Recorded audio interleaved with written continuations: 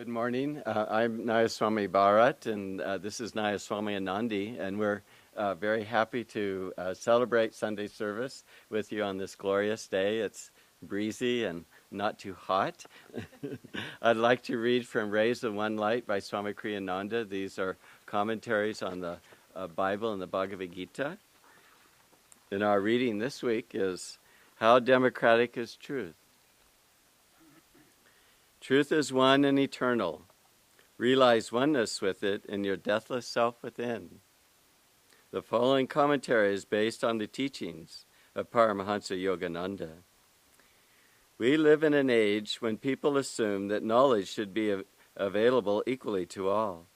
In matters susceptible of judgment by normal common sense, however, everyone knows that there are exceptions. Access to a control room for intercontinental missiles is limited by universal consent to a very few. Access to the controls of a passenger airliner is limited to those with the necessary knowledge for operating them, and also to those with the proper authorization. If people don't see the disadvantages of making more subtle knowledge universally available, it is only because they are ignorant of the risk involved. In the case of subtle knowledge, the main disadvantage in making it universally available is its harm it might do to one who isn't ready for it, and who might even mock it. True, by mocking truth, he might undermine the faith of a few truth seekers. But then such tests can also be beneficial as a means of strengthening faith. Again, true, the clever doubter's misrepresentation of those truths may dissuade a few seekers from following the spiritual path. But if a seeker really is sincere, he will recognize the truth eventually because it resonates with his own being. No, the greatest problem accrues to the shallow doubter himself. To give him an opportunity to affirm his ignorance might only estrange him even more from the truth, delaying the time when he will turn, as all people must eventually, to the light. Thus, the scriptures advise not secrecy, but discretion in sharing of truth.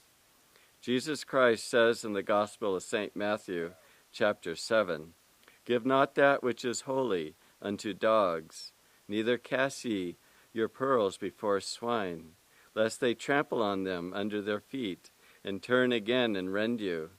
And Sri Krishna says in the 18th chapter of the Bhagavad Gita, Never speak of these truths to one who is without self-control or devotion, who renders no service, who does not care to hear, or who speaks ill of me. Thus, through Holy Scripture, God has spoken to mankind. Om, Om, Om. Good morning. This morning we have the wonderful biblical passage, Cast not your pearls before swine. It is certainly, I think, one of the greatest images in the history of literature. So vivid and so these brilliant white pearls and these muddy feet trampling them. It just really has endured, as we know, for thousands of years. And we can imagine Jesus sharing this advice to people with this really harsh thought about these swine and these horrible people that cannot understand the beautiful pearls that we're giving to them, and has this vibration like a hellfire and brimstone preacher that Master once told about, who was saying to his congregation, "You will all go to hell, and there will be wailing and gnashing of teeth." And one of the little old ladies in the audience stood up and said, "Sir, I don't have any teeth." And he said, "You will be given teeth so that you may gnash." Well, we could imagine that kind of vibration in this talk by Jesus, but it's easier to imagine him really chuckling at this image of, a little bit, putting these things up as pearls and these other people as swine, and just having a really good time with it, which would be a much more magnetic approach to what a spiritual teacher would be like. Because all spiritual teachers understand that every single person is unique.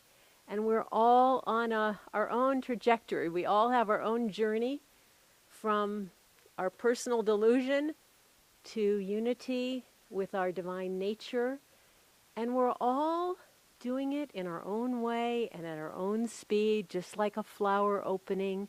And there's no way that you can get in there and mess with that. You know, it just, if you try to open up that rose before it's time to open, it's not going to do much good. It just has to go at its own speed. And that's what Jesus is talking about in this Pearls Before Swine, which definitely is memorable. But it's not, as Bharat said, it's not for the benefit of the minister who's throwing out these pearls, but it's for the benefit of the person who's not yet ready to hear them.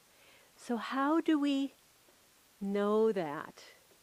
And one of the things that I remember very vividly from my early years at Ananda was Swami saying that a strong desire to give advice. Now take a moment, if this strikes home for you. It's certainly, when he said it, I was like, I think I better listen here. A strong desire to give advice comes from the ego, not from the soul. So it's worth paying attention to, why am I wanting to say this, and is it the right time to say it? And Swami is really the master at knowing when to say and what to say and maintaining self-control about it all. In the early days of Ananda, there was a man here who was doing something that a lot of different people felt was not in tune, it wasn't appropriate, it might be harmful. I don't remember the specifics. And they went to Swami and said, you know, this is wrong. And Swami said, I'll talk to him. And so they all relaxed, and that was great. And then they watched, and days went by, and weeks went by, and he hadn't said anything. And the man was still doing the same thing. And finally, 3 years later, Swami talked to the man, gave him the advice. The man heard it, he changed, and that was that. And Swami's simple comment was he wasn't ready to hear it until that point. So he waited. And that's the totally appropriate response. But now for a lot of us here, we've already experimented with casting out advice and so forth, and maybe we've been burned a few times and acquired a few enemies in the process or whatever. But at this point in our life, really the question is, how do we avoid being swine? How do we, in other words, magnetize God to speak to us? And in the reading, the Gita explains that to us. The Gita says, do not reveal these truths to one who is without self-control or devotion, who renders no service, who does not care to hear, or who speaks ill of me. So all of those, if we take them in the positive way, are what we need to do. Develop self-control. What does that mean? What that means is that we need to reverse the direction of our energy from seeking fulfillment outwardly to turning that energy inward. This is the path of Kriya Yoga. This is the path of meditation. To reverse the energy so that as our energy is coming inward, we're more able to attune to sensitive and inspirational guidance. And I wanted to read a beautiful passage from the Rubaiyat. This is Yogananda's interpretation of the Rubaiyat of Omar Khayyam. And one chapter is specifically about this reversing of the sense energy. And this is what he says. When the energy can be coaxed to reverse its flow from the senses to the brain, it reveals to our consciousness another world. With progressive interiorization through daily meditation, one develops subtle inner perceptions vastly more satisfying than their muted echoes from the senses.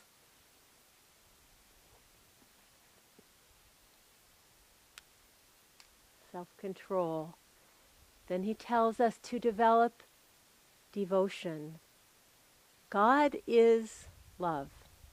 So we're never going to tune into God until our heart's love is opened, our heart's love is developed. There's a beautiful movie about the life of Saint Bernadette of Lourdes called Song of Bernadette. And Bernadette, there were many miracles associated with her life. And so these are all included in the movie. And at the very beginning of the movie, there's on the screen these words. It says, for those who believe, no explanation is necessary.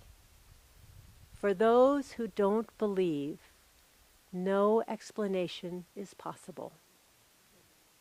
We cannot understand these things through our intellect. No one can ever convince you of them. But as you open your heart more and more, things that seemed impossible make total sense. And so the path of learning to love and develop devotion.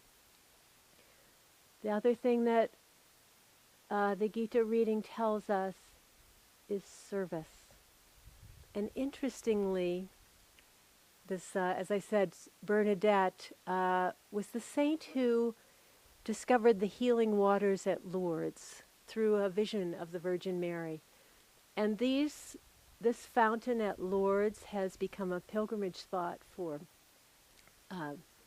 decades, many decades, and thousands of people have gone there with a variety of illnesses. And many of them have gone away unhealed, and some of them have been miraculously healed. And someone did a study of the people who had been miraculously healed. They found out about them, they wrote to them, they wanted to know all about, what were they thinking when they came to Lourdes? What were they thinking at the moment that they were healed? And do you know, I believe almost universally, they were praying for other people. They were not praying, please heal me. They were praying for other people, which is a form of service. So whether our service is through prayer or through cooking meals or raising children or doing any outward form, service frees us from the limitation of our little ego. And it is only our little ego that is keeping us from knowing God. And once we can get out of that, all this divine wisdom, knowledge, it's ours already.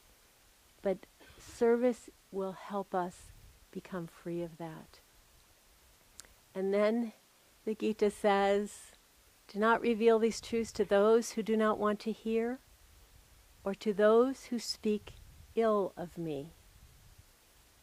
It's very interesting. We think, okay, God is not coming to me because I'm not worthy yet. I haven't done my kriyas deeply enough. I'm not seeing the inner light, and so on.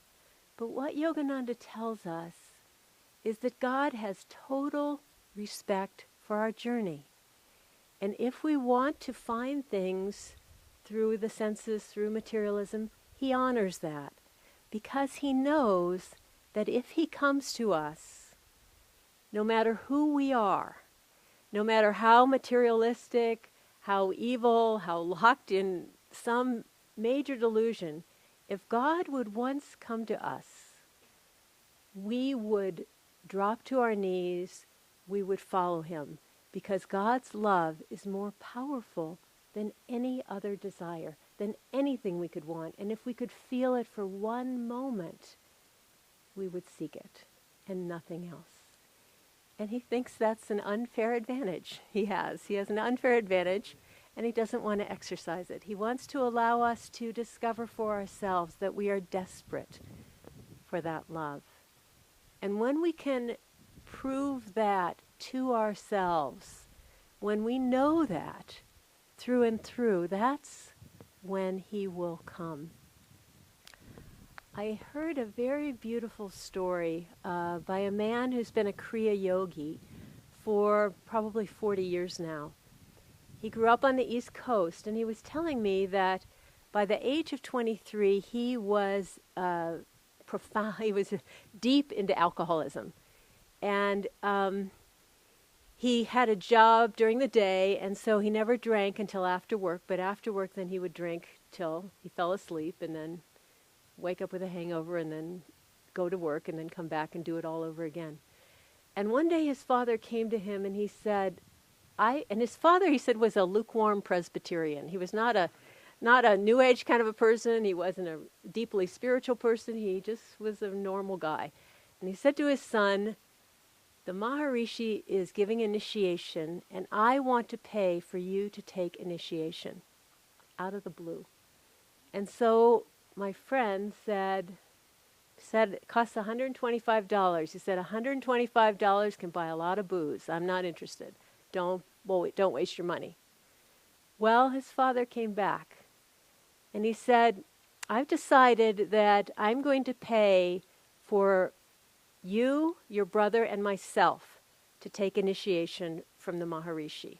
Will you come? He said, if you don't want to use the transcendental, it was TM, transcendental meditation mantra, if it all, you give it all up, that's fine. Let's just go do it. So they went and took initiation. And after a very short time, the father and the brother dropped away. But this man, once he tasted that initiation, he came home after work. Before he began his evening of drinking, he would do his 20 minutes of practicing the TM mantra. Then he would drink all night. And then he would wake up completely hungover, so hungover that his body would twitch all over the place. And he would sit there twitching, arm throwing up in the air. I mean, he was really messed up. And he would sit there for 20 minutes and he would do his mantra. Then he would go to work, come home, and keep it going.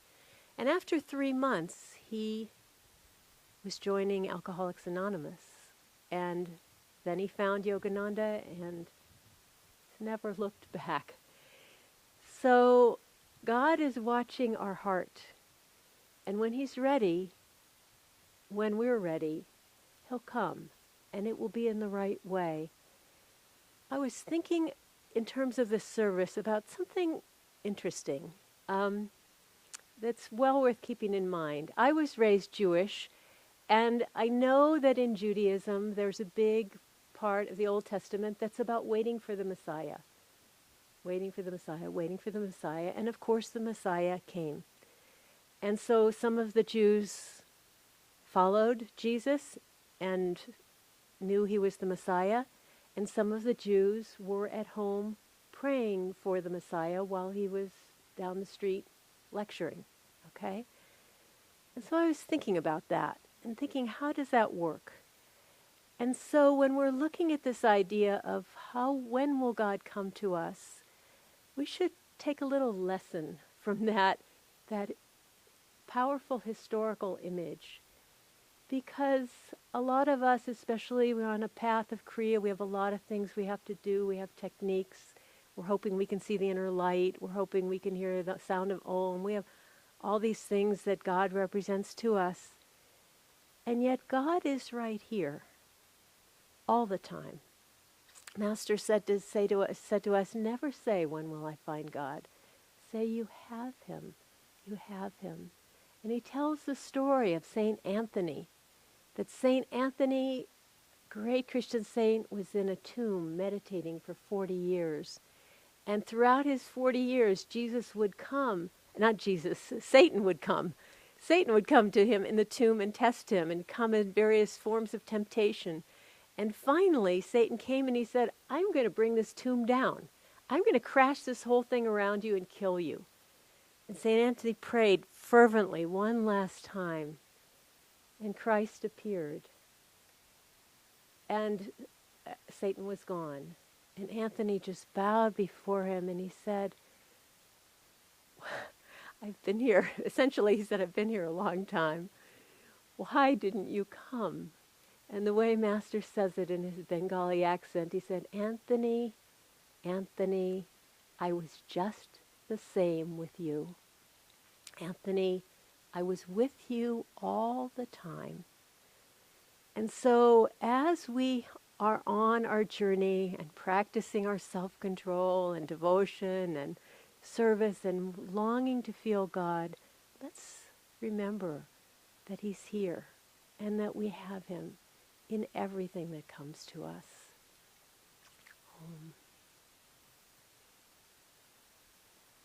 I forgot to read from this. I'm sorry, I'm going to end with Whispers from Eternity. I want to hear thy song in the silence of my soul. Thy gentle voice saying, "Come home," I often heard, but through many lives it was drowned in the tumult of my wild cravings. I have forsaken the jostling crowds of desire. In the solitude of my mind, my devotion burst to hear thy voice. Take away every dream memory of earthly sounds that yet lurks in my mind. I want to hear thy still voice, ever singing in the silence of my soul. Om. Peace. Amen.